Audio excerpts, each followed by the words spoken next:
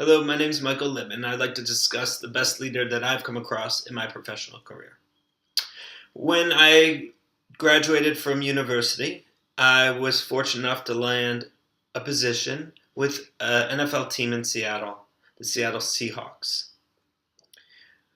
It was an unpaid internship, but obviously in the sports market, it is extremely competitive to break into the field, and I was willing to take an internship that was unpaid. And what I ended up doing was eating with the players at the team facility. And when the season ended, scrambling around on peanut butter and jelly sandwiches and always sleeping at the facility on the couches. It was 100-hour week work days, but at a young age, I was doing what I loved and I was extremely energized. My boss's boss was a man by the name of Gary Wright. And what, unbeknownst to me at the time, but what I'd soon find out, was Gary was one of the first people within the organization. He came from a media background and was loved by everyone. Gary immediately took an interest in me, one, because he saw that I was sleeping on couches and he was an early arrival and always saw me there in the showers and in the locker room. And he took a liking to my work ethic.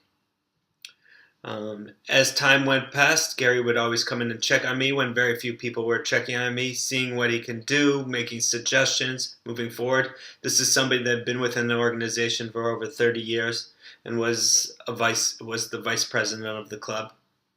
So I knew what he said was something that I really needed to listen to. As time went on, I noticed that Gary was a mentor to many people. But that didn't make me feel any less special that he had taken an interest into me. It was in the sense of more reflection on him as a manager. Gary always puts his people first.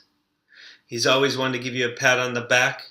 And when there was something negative to be said, he always phrased it in a way where it was constructive, never degrading.